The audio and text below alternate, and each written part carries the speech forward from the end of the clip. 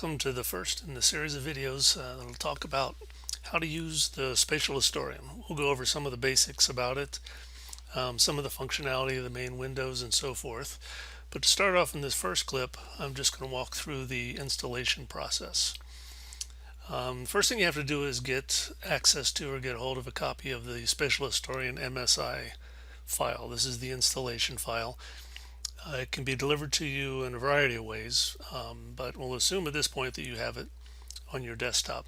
So it follows the normal pattern of most Windows installs. So you just simply double click it and a window will appear just asking you to confirm to walk through the steps.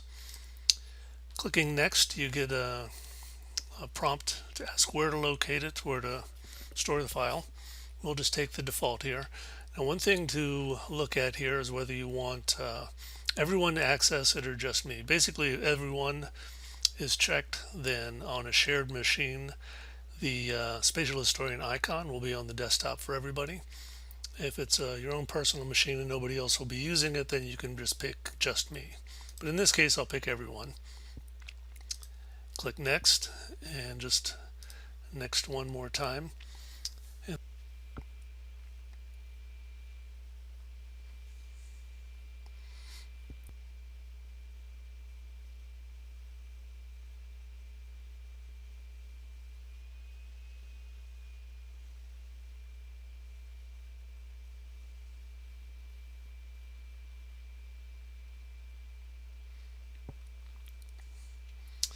Okay, once the process completes, you simply hit close, and at this point the Spatial Historian is installed. You should then get an icon on your desktop that looks something like this. Also, if you click in your Start menu,